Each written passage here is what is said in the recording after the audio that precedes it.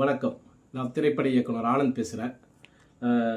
இந்த செய்தி எங்கள் அண்ணிக்கு. எங்கள் அண்ணி எனக்கு மட்டும் இல்லை, தமிழ்நாட்டில் இருக்க எல்லாருக்குமே அண்ணி. அண்ணி, நீங்கள் இப்போ ஒரு நல்ல முடிவு எடுக்க வேண்டிய ஒரு சூழ்நிலையில் இருக்கீங்க. நான் கேப்டனுடைய மிகப்பெரிய ரசிகன். நான் மணப்பாக்கத்தில், சென்னையில் மணப்பாக்கத்தில் தாயகம் இந்த படம் ஆரம்பிக்கும்போது 10,035 ரசிகர் மன்ற தலைவராக நான் இருந்தேன்.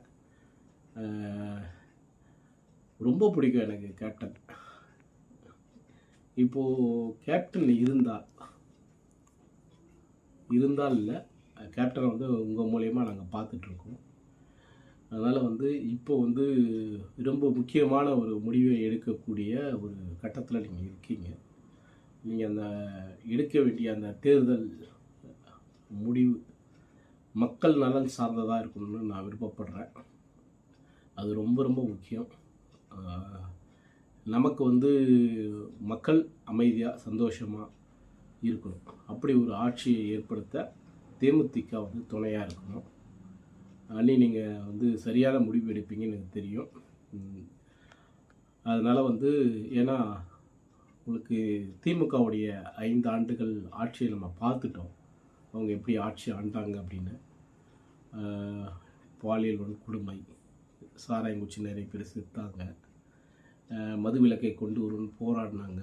கடைசியில் மது இங்கே ஆறாக ஓடுது. ஆற்றுல தண்ணி ஓடலை, மது தான் ஓடிட்டுருக்கு. அது உங்களுக்கு நல்லா தெரியும். அப்புறம் கஞ்சா, இளைஞர்கள் கையிலலாம் இப்போ கஞ்சா. வேலை கொடுப்பேன்னு சொன்னாங்க, ஆனால் வேலை கொடுக்குறாங்களோ இல்லையோ கஞ்சாவை கொடுத்துருக்காங்க இந்த திமுக ஆட்சி. இந்த மாதிரி பல பிரச்சனைகளை இந்த 5 ஆண்டுகளில் தமிழக மக்கள் சந்திச்சிருக்காங்க.